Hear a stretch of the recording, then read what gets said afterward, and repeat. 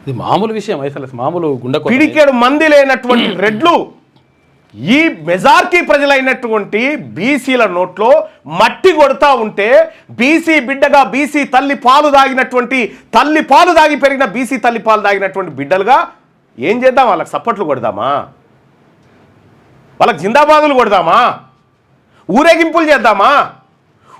ఊరికి అగ్గి పెడదామా? తేల్చుకోవాల్సినటువంటి తరుణం ఆసన్నమైంది.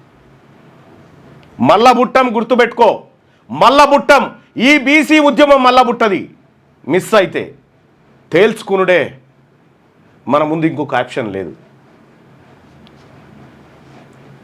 ఇలా మీడియా సంస్థలలో మీడియా మన కాడ లేదు, మీడియా మనది కాదు, TV9 మనది కాదు, NTV మనది కాదు, TV5 కాదు, ఏ ఛానల్ కూడా మనకు లేదు. బీసీలకు మనకున్నది ఒక సోషల్ మీడియానే. ఇలా సోషల్ మీడియా ఉంది కాబట్టే బీసీ నినాదం, బీసీ వాదం నిలబడ్డది ఇక్కడ. కాబట్టి ప్రజలారా, మీకు దండం పెట్టి చెప్తా ఉన్నా, మన ఎమ్మెల్యేలు, ఎందుకంటే ఫస్ట్ మనోడు మారాలి, వాళ్ళకు ఒత్తాడు చేసుడు వాళ్ళకి బంద్ చేయాలి. బంద్ చేయకపోతే మన బతుకులు మారాయి. కాబట్టి బీసీలందరికీ నేను రిక్వెస్ట్ చేస్తా ఉన్నా, ఇక తాడో పేడో తెలుసుకుందాం.